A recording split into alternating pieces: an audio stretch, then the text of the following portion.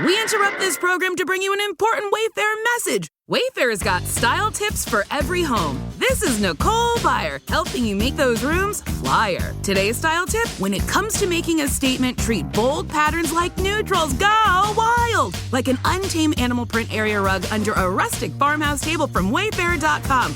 Ooh, fierce! This has been your Wayfair style tip to keep those interiors superior. Wayfair, every style, every home.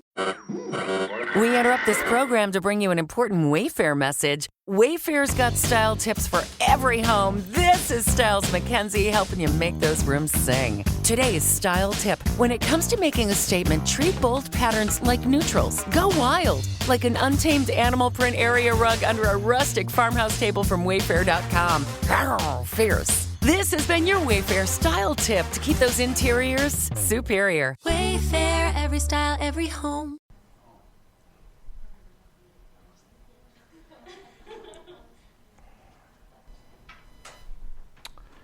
So we're going to talk today about how groups affect our social cognition.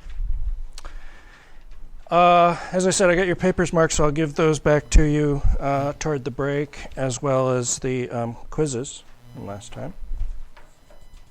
People generally did pretty well in the papers. I think most people were in the A and B range, so well done. Any questions before we get started today?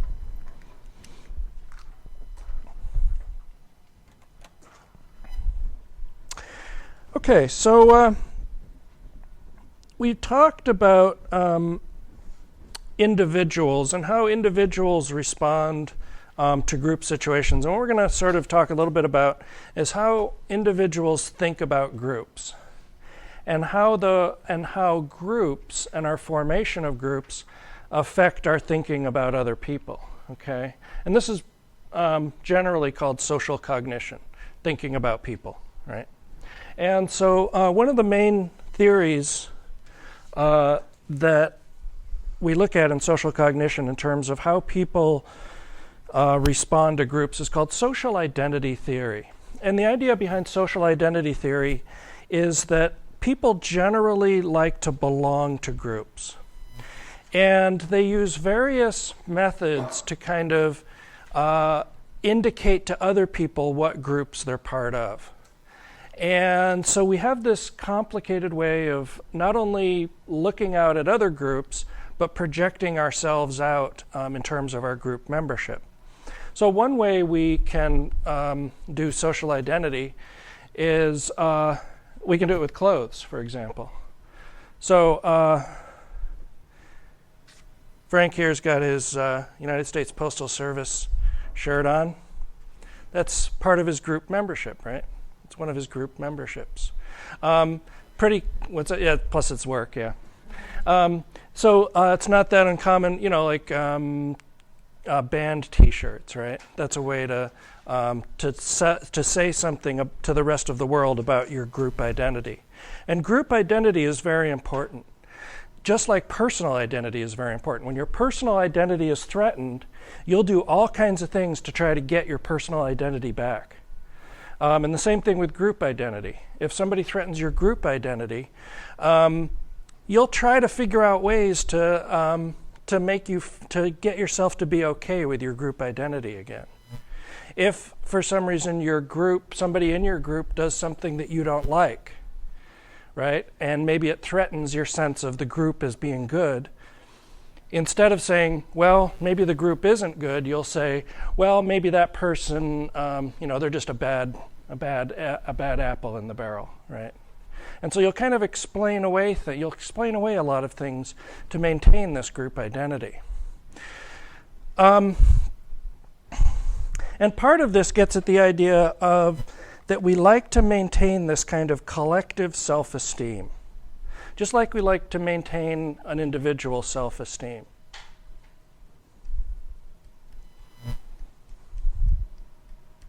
And self-esteem is good. It helps us to feel good about ourselves, and that's got some real benefits individually, and it also helps groups feel good about themselves. But just like it can have benefits, it can also have drawbacks. So you can feel good about your group identity even when your group is doing things that you think is wrong, right? So this is when we start seeing, start getting into the dark side of social cognition. And ultimately, what we see in terms of group identity and social identity and collective self-esteem is something that's called the outgroup homogeneity effect. And essentially what the group homogeneity effect or outgroup homogeneity effect says is that we tend to see our in-group as more heterogeneous, more different, more diverse than outgroups. We tend to see outgroups as more homogeneous, right? So if I look, if I'm a Democrat, let's say, and I look at Republicans, I see all Republicans as money-grubbing, profit-driven capitalist pigs, right? But Democrats, well, some of them are fiscal conservatives, and some are fiscal, liberals, and some are social liberals and social conservatives. Not like those Republicans, because they're all alike, right?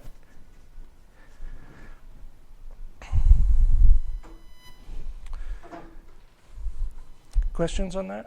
Other questions? So here's a good cartoon, a comic that I found that deals with group homogeneity.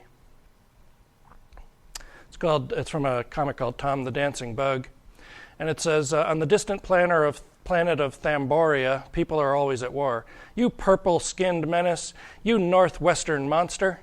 Generations of bloodshed threaten the very species. It's regrettable but necessary that we have to launch these nuclear missiles.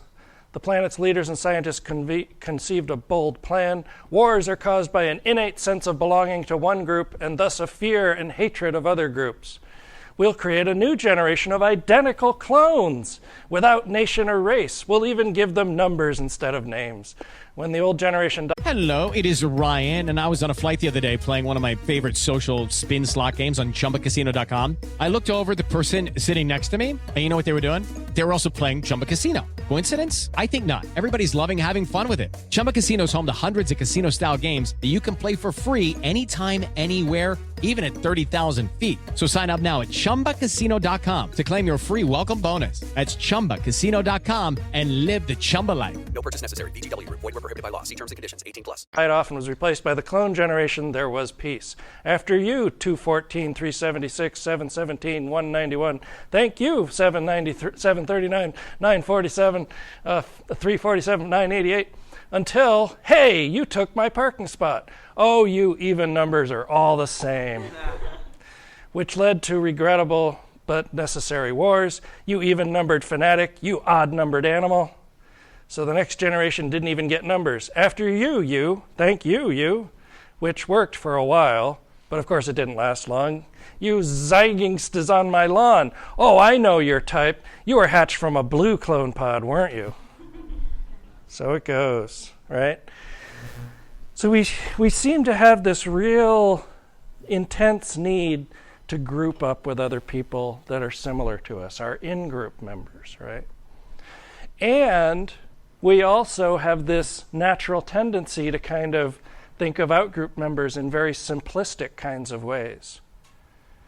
And what we see in research most of the time is when we look at two groups and we compare the groups, we see more difference within groups than we do between groups. So for example, when we look at studies in gender, oftentimes we'll see a lot more variance in the scores on a particular scale within gender than we will between it, right?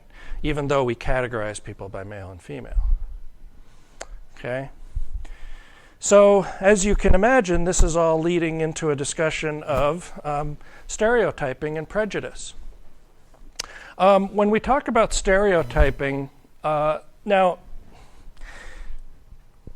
this is how I define stereotyping, prejudice, and discrimination. Some people don't make much of a differentiation between stereotyping and prejudice, but I call stereotypes, I think of this as a cognitive component. The beliefs and attitudes that I hold toward a member of a group, right? If I know what your group membership is, I see you wearing a Metallica t-shirt, bink! I've got all kinds of attitudes that are going to be automatically activated, right? Oh, you head-banging, drunkard, living out in the trailer. I don't know what kinds of attitudes. It's not that bad. I used to live in a trailer, so no offense. So I have all these beliefs and attitudes that I have toward the member of that group, just because of their membership in the group. I don't have to know anything else about them, but because they're a member of that group, I make all kinds of assumptions, all kinds of attributions, right? Prejudice, I think of as more of an affective, an emotional component to stereotyping. So I think of it as really the feelings that you hold toward a particular group member, and those feelings are oftentimes generated based on the stereotypes you hold of that group.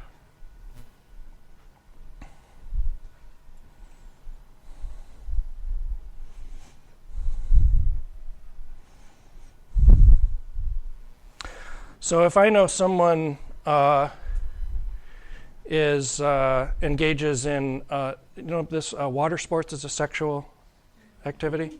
It's when you involve urine in your sexual behavior. You like being urinated on or urinating on other people while you're having sex or something. Yeah, it's not that uncommon. It's not that common. I'm not that, oh no, wait. I didn't mean to say that. So if I know someone's into water sports, I might have a disgust response. That's disgusting. You're disgusting. I feel disgust. I have this prejudice against people who are engaging in water sports. But, I have this cognitive rational mind too. And the cognitive rational mind says, well, takes all kinds in the world, right? But I still have that kind of generated response. It's very automatic and emotionally based. And then there's discrimination. And I like to think of discrimination as the behaviors that are the byproducts or the products of stereotyping and prejudice. So, for example, in the United States, we have laws that prohibit discrimination based on certain personal characteristics. That's because people hold stereotypes and prejudices about members of those groups. We have a law, for example, prohibiting discrimination based on religion.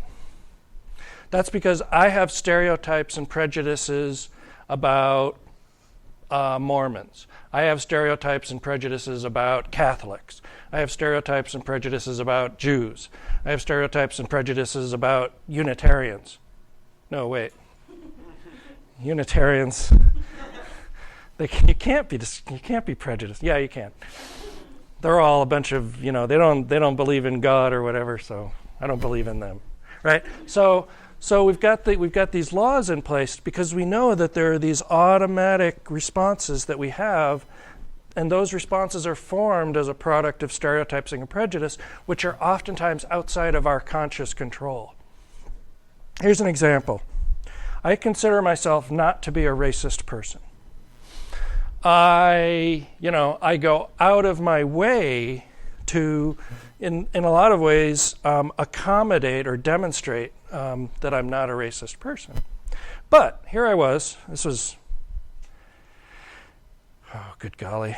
This was 15. Hello, it is Ryan, and I was on a flight the other day playing one of my favorite social spin slot games on ChumbaCasino.com. I looked over the person sitting next to me, and you know what they were doing? They were also playing Chumba Casino. Coincidence? I think not. Everybody's loving having fun with it. Chumba Casino is home to hundreds of casino-style games that you can play for free anytime, anywhere, even at 30,000 feet. So sign up now at ChumbaCasino.com to claim your free welcome bonus. That's ChumbaCasino.com and live the Chumba life. No purchase necessary. VGW. Void where prohibited by law. See terms and conditions. 18+. Years ago or more. I get off this off-ramp on the highway, and I'm sitting at the light, and there's a car turning in front of me. And it's a big silver, like Mercedes 450 SL kind of, big expensive Mercedes. And here's a African American woman in the driver's seat, and two of her kids in the back, right? African American kids. And before I could even, it just went through my mind so quickly that I couldn't stop it, was, what's she doing in that fancy car, right? So these are these and I grew up in a town that I didn't think was prejudiced or racist, right? I grew up in a town part of the problem was there weren't any African Americans in my town. There weren't any blacks, right? So everything that I knew kind of came out of media impressions, right? But I had lived my whole life with this conscious notion that I wasn't racist. But then when the rubber hits the road, I get these automatic thoughts and cognitions, and it really startled me. I kind of had to step back from myself for a second and go, what's going on here, right?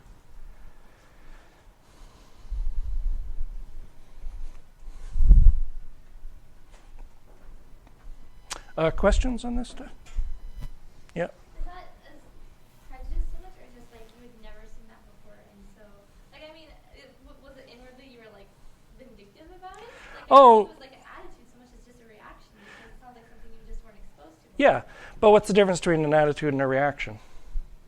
It's a thought I had. But it's not, it's not a belief you were holding. So does it represent this real deep underlying belief? Probably not.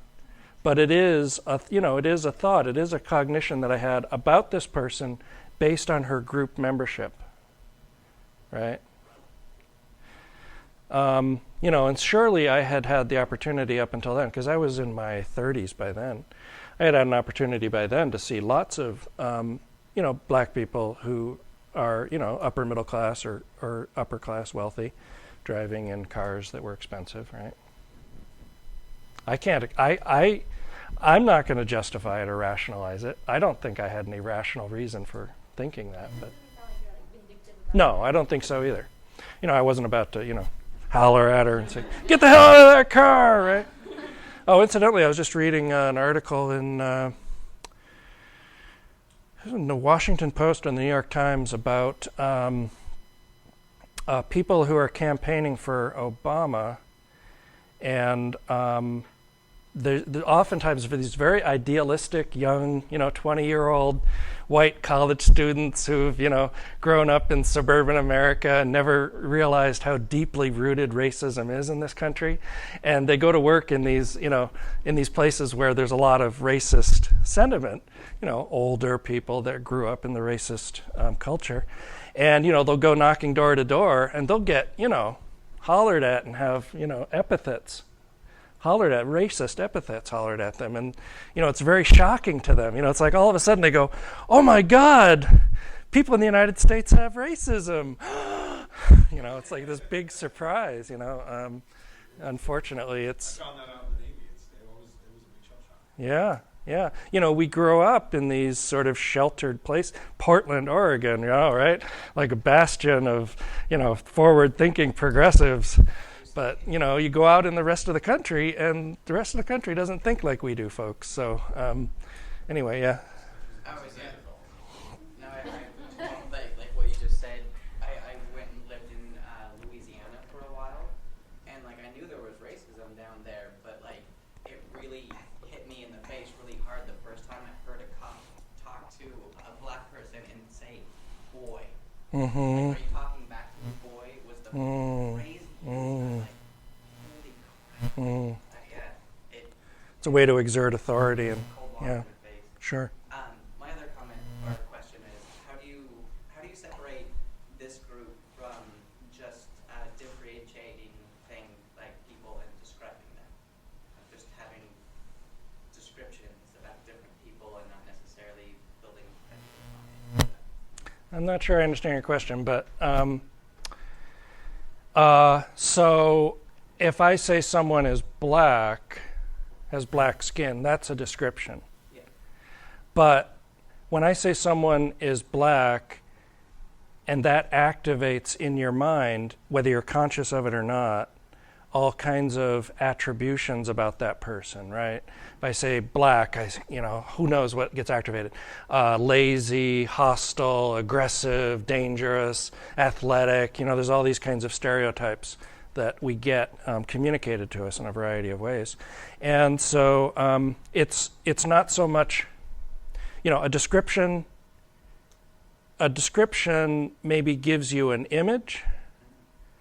A attitude or a stereotype brings in attributions and all kinds of things about that group distinct from that one descriptive word, right? Yeah. That's the difference, I think, if I understand you properly. One thing that I really appreciated about being in the South, when I was in South Carolina, was, there was racism, but unlike Portland, Oregon, it was more overt. People didn't try to pretend they weren't racist and then have their behavior be something different, right? And what I see in Portland as I look around is there's a lot of this sort of subtle racism that's very covert and not so much overt. But it takes place in terms of where we live, what kinds of jobs we have, right? So I think it's a subtle racism here. Where there, it's a little more, people are a little less afraid of sort of saying, this is who I am, right? I'm a redneck, right, or whatever. You saw I drive around, see the rebel flags flying. It's like, people are like, that's who I am, buddy. It's like, okay, I'm glad I know that now. I don't have to guess, the neighbor across the street who looks very mild-mannered is, putting up, crosses in his lawn or whatever, yeah. Well, Portland has a huge history of racism. Oh, I didn't know that. Oh, yeah, definitely. You were in the 20s when we were leading supporter of the KKK. Yeah, and we were the last. Oh, yeah. Until the early 80s, there was a huge hammerhead skin base here. That's right, this Northwest skinhead thing, right? Yeah, I forgot about that. Number one most hostile state for African Americans. Oh, wow. Yeah, to live in at some point in time. Huh. Yeah, Gregory, Joe? Well, I'm not sure exactly how to phrase this, but is the overt or the covert, is one more dangerous than the other, like more difficult to get rid of? Like, will Don't know. ones fade away more quickly? I don't know. Seems like I don't know. So the question, ones would be more difficult because you wouldn't even realize that you had that. yeah, so the question is, does covert stereotyping and prejudice, is it more resistant to change than overt stereotyping and prejudice? Well, this is getting into an area of attitude change, which is part of social psychology and social cognition. And there are a lot of different ways that attitudes get changed. Basically, what has to happen is you have to have you have to become aware that you have two inconsistent beliefs, two inconsistent thoughts. And what you will try to do is you will try to bring those thoughts into consistency. So if I believe that I'm very, like I did when I pulled up in that, when I stopped in front of that car, I believe that I'm very egalitarian and, I'm not a racist, but then I have this thought, what's that woman doing in that car? Those are inconsistent. I've got to resolve that inconsistency somehow. It can either say, oh my God, yes, I am a racist and I'm a bad person, which most people don't want to do, right? Most people want to maintain a good belief about themselves. So they will instead somehow change this other cognition of what's that person doing in that car? And they might say, oh, well, that person is obviously the servant driving the car, not the owner, right? Right? That's a way to keep your thoughts in consistency. Oh, I'm not prejudiced against that person. It must just be the servant, right? Is that like cognitive dissonance? It's cognitive dissonance. Good, yeah, absolutely, yeah. So that's an attitude change. It's hard to change those basic kinds of attitudes. We like to maintain a thought that we're a good person, and when we realize that we're not, we don't like to do that, right? We won't change the behavior. We're more likely will do all kinds of other mental gymnastics to try to maintain the behavior and still think we're a good person. But yeah, a couple quick questions, and we got to move. Yeah. I can't remember the term. It was from last term. But it's when you come across something that contradicts your prejudice, but you are able to use that to just reaffirm your prejudice. something about your biased attitudes, you'll be able to reaffirm them even when you come up against things that contradict them? So belief perseverance, you cling to beliefs even in the face of disconfirming evidence. Or something that's similarly related, which is the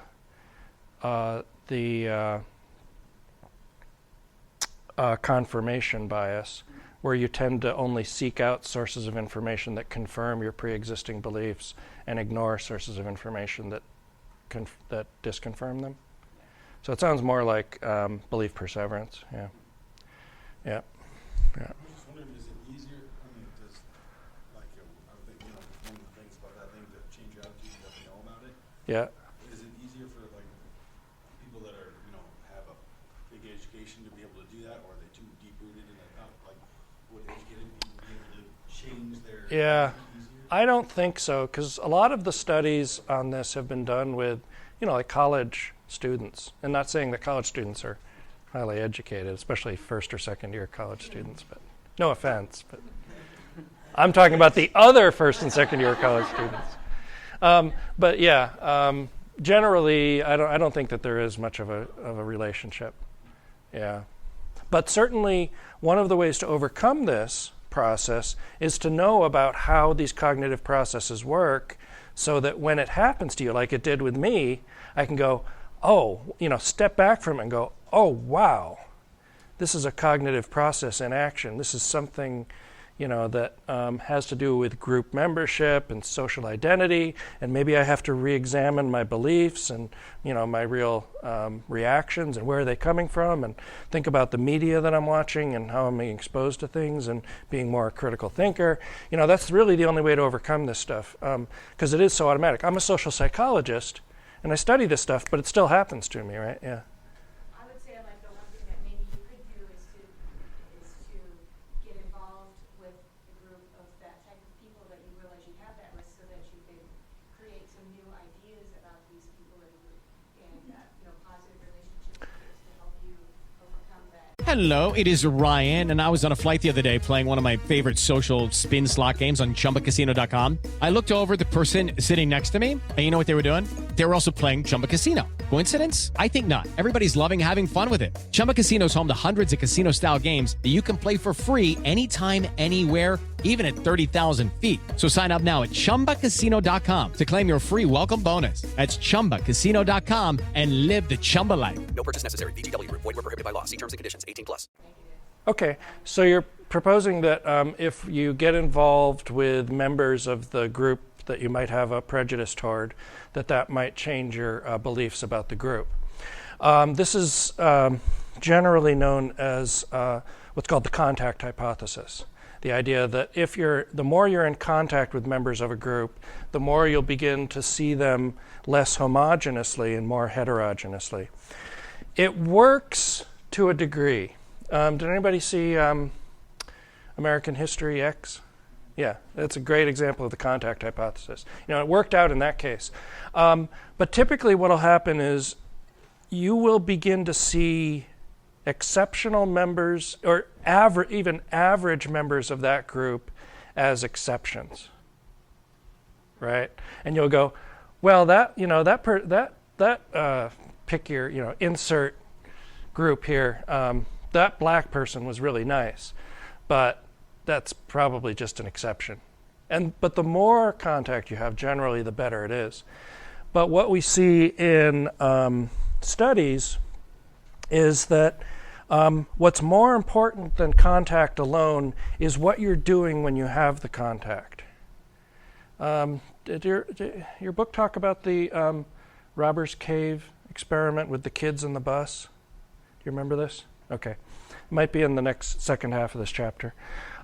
This is a study done by Muzaffar Sharif in the 1930s.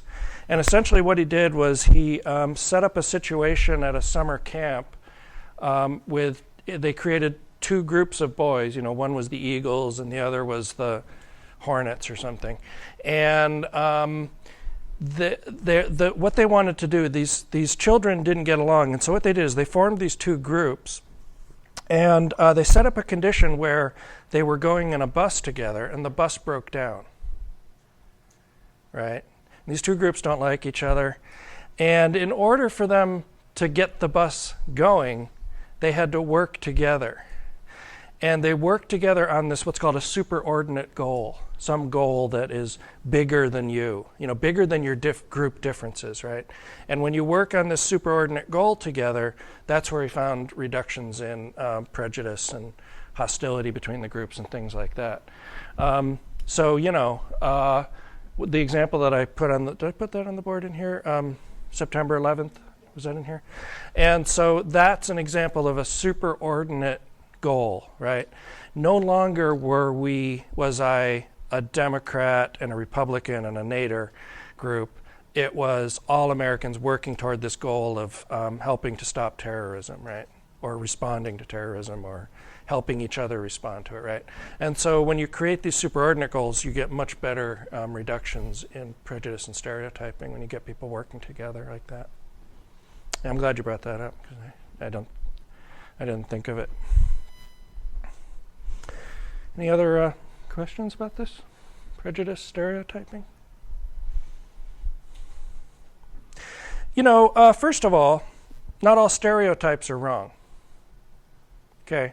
We generally tend to think of stereotypes as wrong or somehow misguided ideas we have about groups.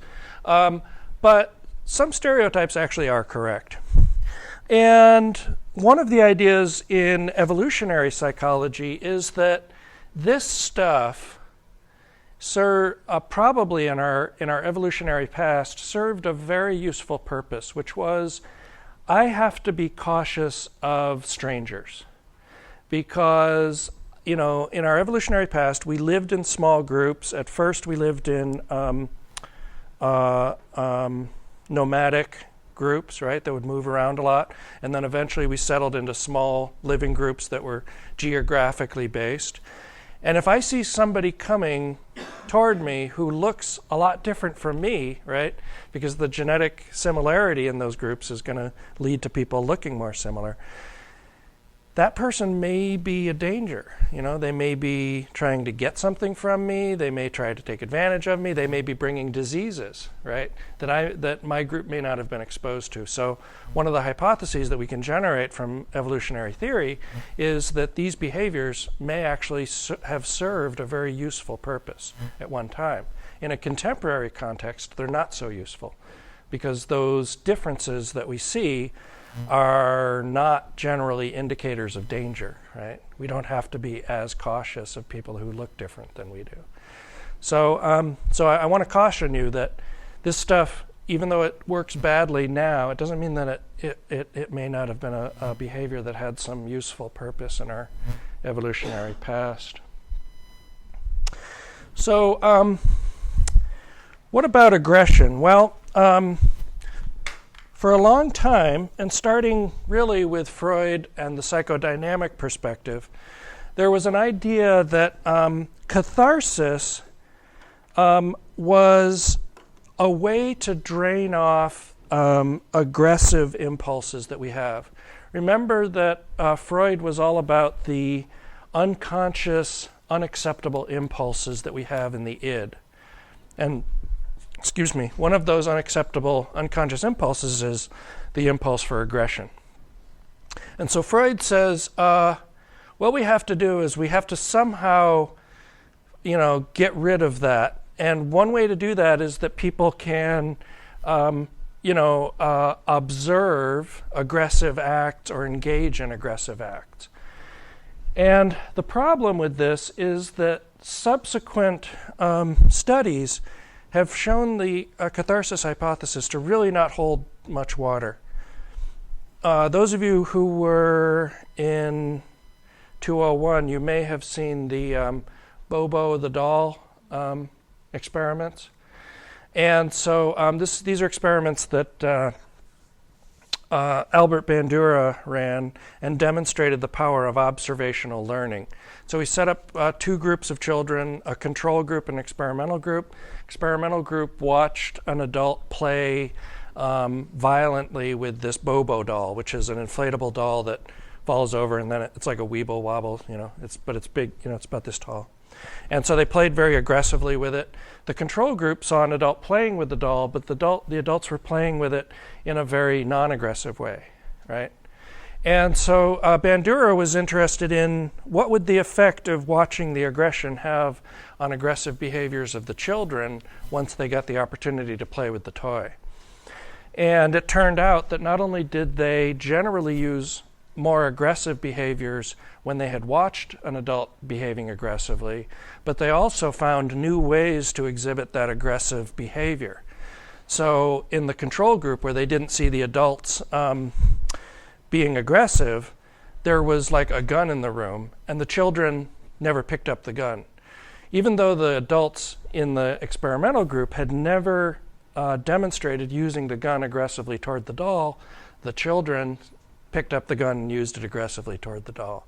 So there's all these kind of, not only the idea that they actually will engage in more aggression, but they'll actually find new ways to be aggressive, right? They're very, children are creative, so they'll find new ways to hurt somebody if they watch somebody else hurting them. So, so the catharsis hypothesis was essentially foiled at that point.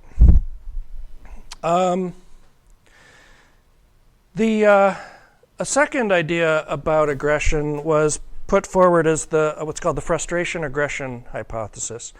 And the frustration-aggression hypothesis, the frustration-aggression principle, was that aggression is a product of frustration.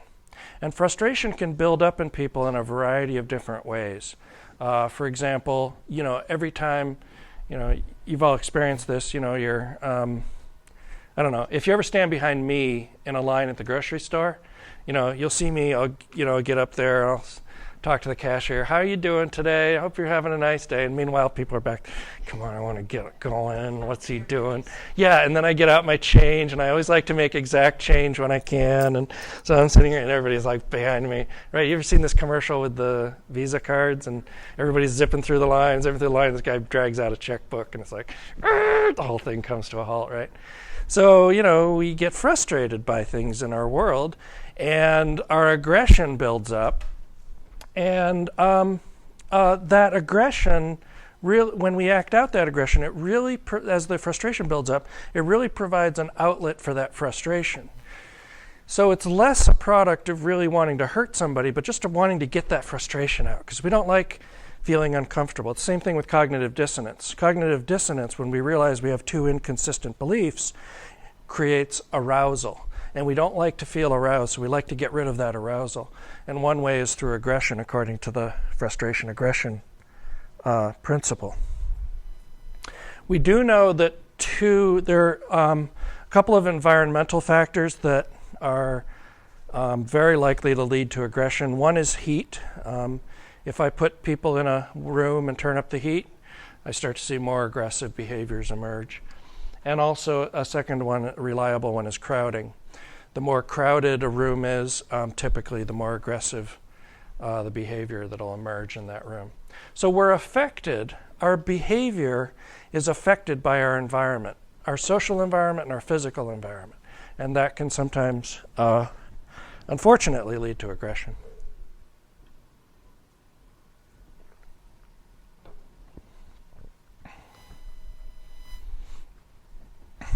Okay. I don't like to end this lecture with on a bummer, so let's talk about friendships. Here's basically what the data come down to when we look at all kinds of studies on friendships and romance. We like people who are more similar to us. People in our in-group, we generally like them more. We also like people who like us back, right? So the more someone else likes us, the more likely we are to like them. This is not rocket science. What's that? It is kind of, so I wouldn't call it self-serving. I would call it a, what do you call it? It's in your textbook, isn't it? No, just like an upward spiral effect. Not self-serving, not self-justifying. Self-fulfilling prophecy, yeah, right. The more we like somebody else, the more they like us, the more they like us, the more we like that, so yeah. And we also generally will become friends with or form romances with people who are near us. And this is what's broadly known as the proximity effect. And basically, you can't get to like somebody if you don't see them or you don't know them, right? Now, this is getting a little bit different because now we've got the internet and these cameras and stuff. So it'd be interesting to see how this data changes over time. Whether people will whether the proximity effect will begin to be less. Hello, it is Ryan, and I was on a flight the other day playing one of my favorite social spin slot games on ChumbaCasino.com. I looked over at the person sitting next to me, and you know what they were doing? They were also playing Chumba Casino. Coincidence? I think not. Everybody's loving having fun with it. Chumba Casino is home to hundreds of casino-style games that you can play for free anytime, anywhere, even at 30,000 feet. So sign up now at ChumbaCasino.com to claim your free welcome bonus. That's ChumbaCasino.com and live the Chumba life. No purchase necessary. VGW. Void where prohibited by law. See terms and conditions. 18+. Yes, or if we'll just have to change our ideas about the proximity effect. Is it because you see them rather than you don't see them, right? Christopher, do you have a question? What's that? Have contact with. Some sort of contact and the nature of the contact, the different variables involved. Yeah, Christopher. Does the proximity affect the first one? Like, you want people to be similar to you, but if you are more exposed to people who aren't, you might start feeling an attraction for them? So these are all related. First of all, we generally tend to live, around people who are more similar. We stratify. Our neighborhoods are stratified by economics, for example. So the people who live in your neighborhood are probably more likely to, share your socioeconomic status, for example. So they're all going to be kind of tied in together. But the proximity effect really gets to something that marketers use a lot, which is called the mere exposure effect. Basically, the more that we see something or we hear about it, the more we will tend to like it, regardless almost of the content of the things we see, as long as it's not presented to us in a very negative light. All we have to do, for example, is see a picture of a product, right? And the more that I've seen that picture of the product, if I go to a grocery store, the more likely I am to buy that product out of the whole array of other products like it. We're pretty simple animals, really. What's that? The advertisement, just being bombarded with it. That's right. Yeah, so just keep running it, bombard. So, we're in the political season now, right? And, I can't, it's not more than about maybe 10, 15 minutes between political ads right now, right? The iPod ads, another great example of mere exposure. The ads rely on what's called the peripheral route of persuasion, which means it doesn't tell you anything really substantive about the product. You see these iPod ads and they got the person dancing around all crazy and, like Elaine on Seinfeld. My fiance thinks it's really funny when I dance. So anyway, yeah, so do we, yeah. So you get this person dancing around, you get the music and the bright colors and stuff. There's nothing there about the iPod. It doesn't say, that it has 6 gigabytes of RAM or whatever. It doesn't say, it's got, headphones that work really well or, it's got neat buttons and lights. It's all color and persuasion and mere exposure, right? The more you see it, the more you go, oh, iPod. Oh, yeah, I know. So I want to get one of these MP3 players. Oh, iPod, I know that. Right? Yeah.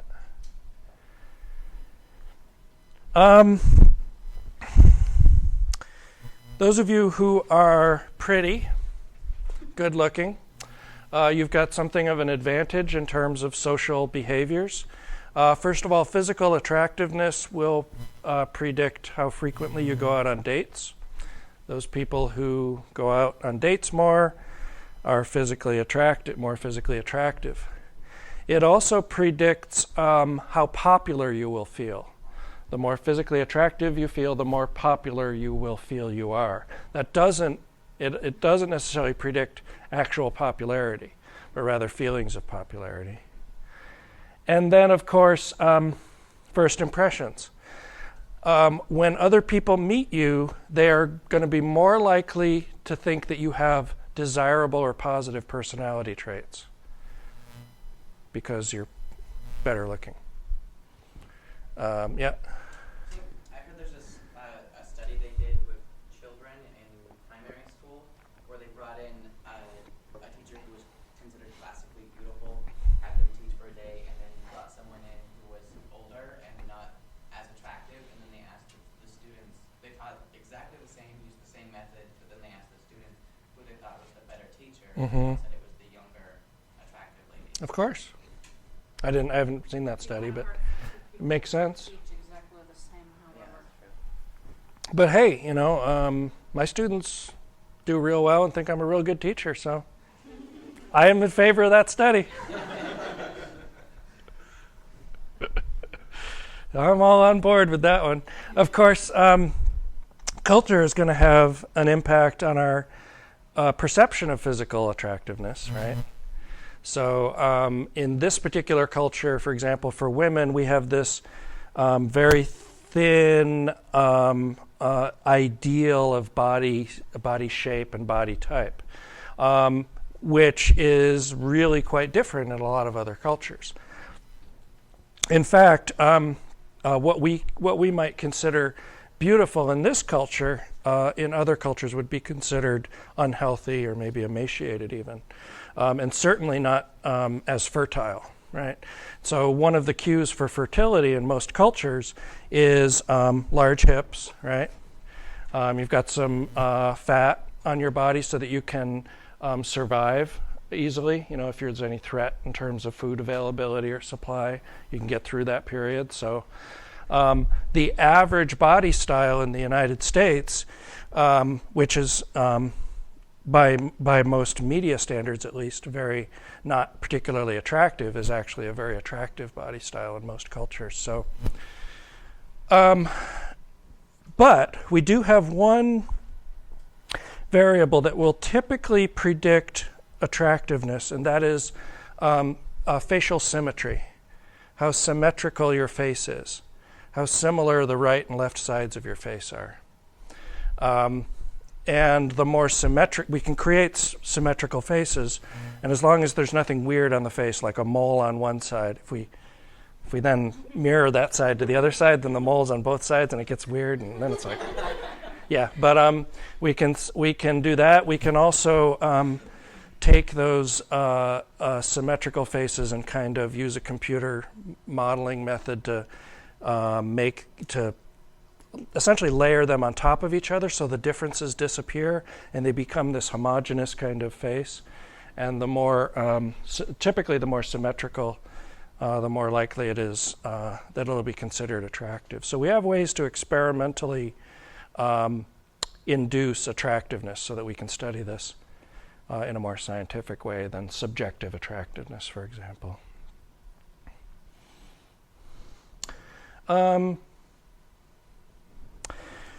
Romance. Who do you fall in love with? Well,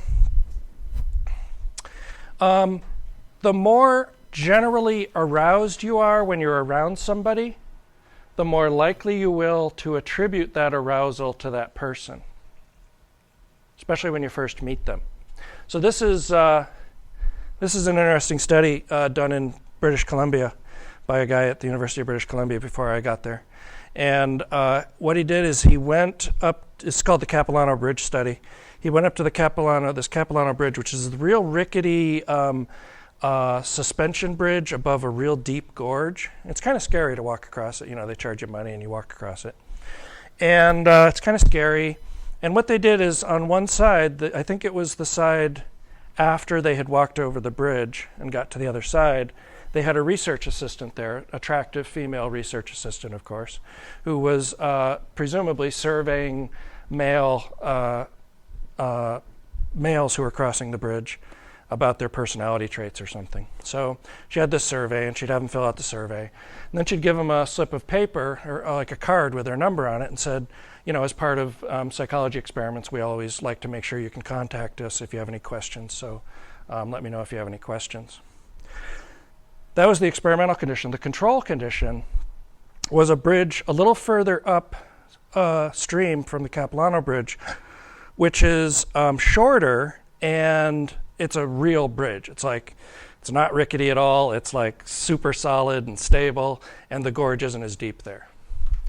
And so what they did is they ran this at both bridges, and they waited essentially for a couple of weeks to see who would call. And the men who had crossed the scary bridge were more likely to call the research assistant, the attractive female research assistant, and were more likely, if they did call, to ask this research assistant on a date.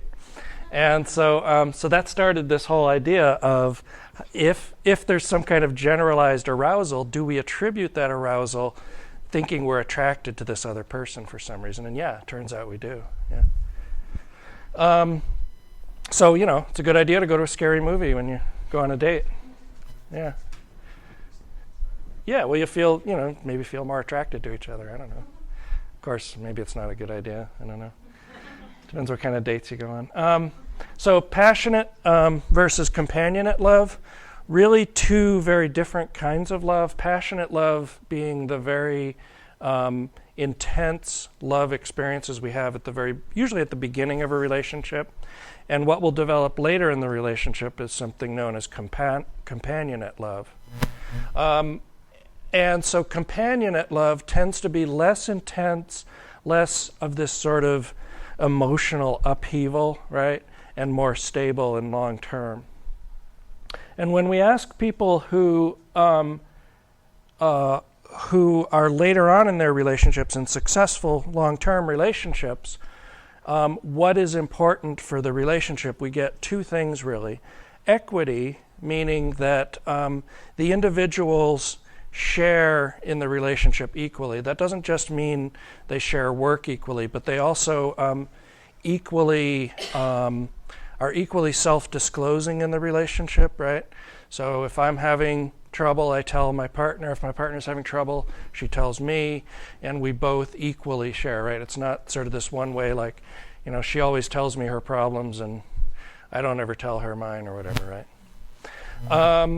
And then I talked about I mixed them up. And then the self-disclosure is part of that too.